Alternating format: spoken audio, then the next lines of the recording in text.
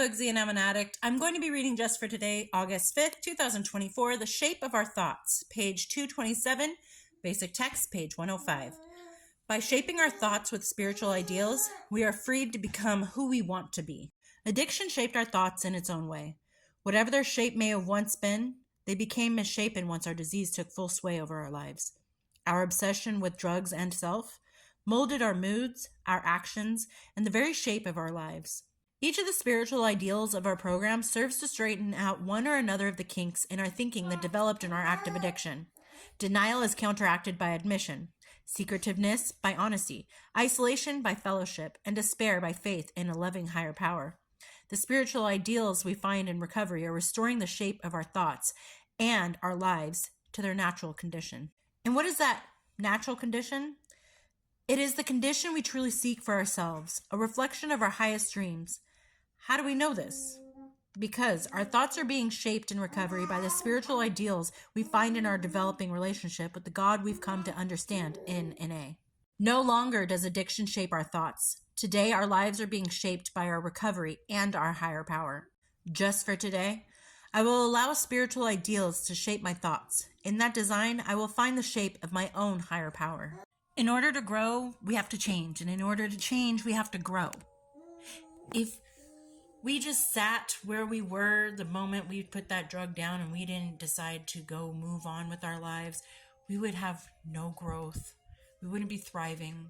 We wouldn't be flourishing. We would literally just be stagnant in our lives.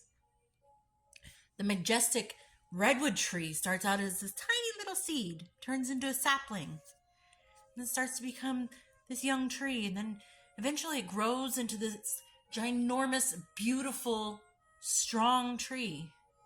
And I know we're not trees. That's just the analogy I'm going with, the comparison. But we have to allow ourselves to make roots and build off of those roots. Sure, some of the changes in our lives are going to be negative, sad, hard to handle.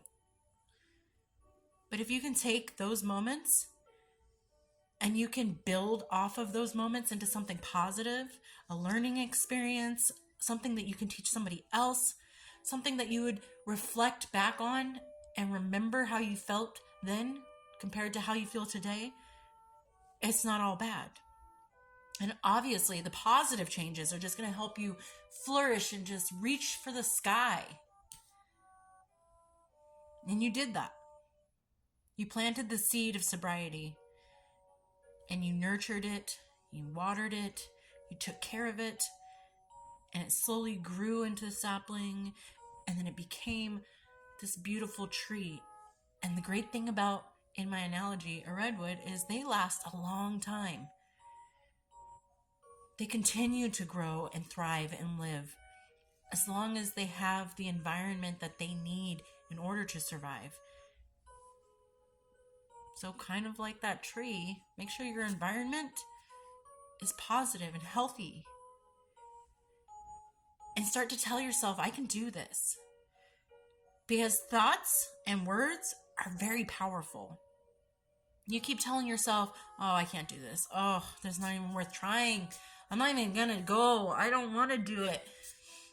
Eventually your brain's going to be like, yeah, you're right. We do suck. We can't do it. Why even try? Why bother?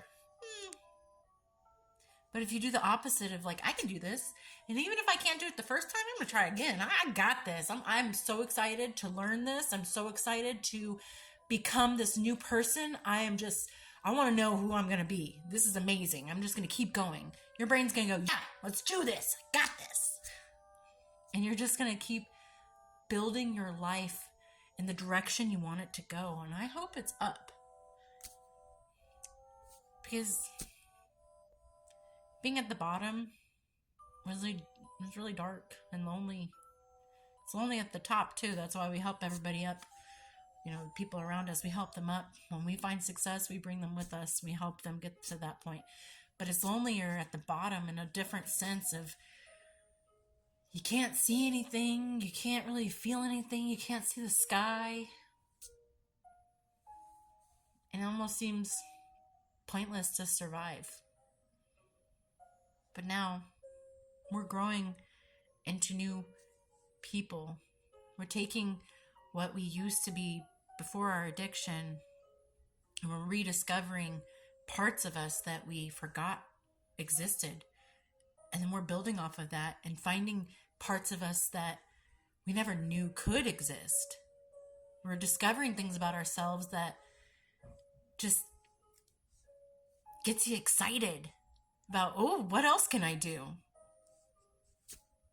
Because there's a lot that we can do. I'm not going to say we're going to be the best at everything we try, but we could be the best at trying. But anyway, I hope everyone's doing well out there, and I'll talk to you later. Bye.